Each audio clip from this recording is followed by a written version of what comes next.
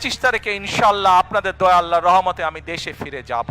টানা 18 বছর লন্ডনে নির্বাসিত থাকার পর 25 ডিসেম্বর ঢাকায় ফিরছেন তারেক রহমান। দেশে ফেরার পর দলের ভারপ্রাপ্ত চেয়ারম্যান কোথায় থাকবেন এবং কোথায় বসবেন সেই প্রস্তুতি গুছিয়ে এনেছে বিএনপি।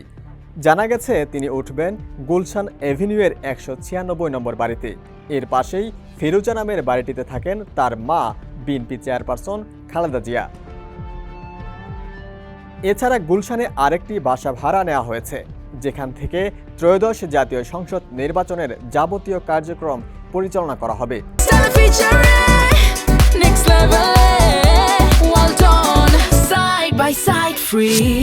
জানা গেছে তারেক রহমান যে বাসভবনে উঠবেন সেই 196 নম্বর বাড়িটি রাষ্ট্রপতি জিয়াউর রহমান নিহত হওয়ার পরে তার সহধর্মিণী খালেদা জিয়াকে বরাদ্দ দিয়েছিল তৎকালীন রাষ্ট্রপতি বিচারপতি আব্দুস সাত্তারের মন্ত্রিসভা। কয়েক মাস আগে এই বাড়ির দলিলপত্র বিএনপি চেয়ারপারসনের কাছে হস্তান্তর করেন গণপূর্ত উপদেষ্টা আদিলুর রহমান খান ও রাজউক চেয়ারম্যান রিয়াজুল ইসলাম রিজু।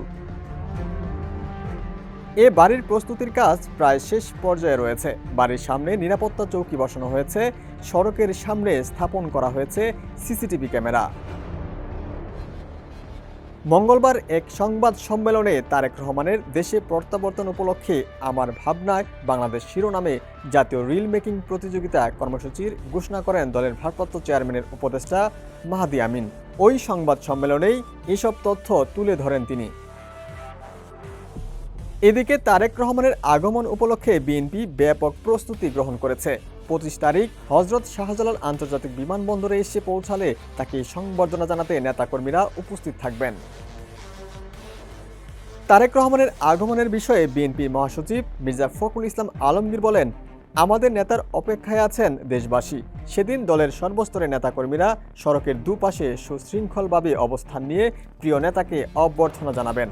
আমরা সেই প্রস্তুতির কাজ করছি। ডেস্ক রিপোর্ট, সমকাল।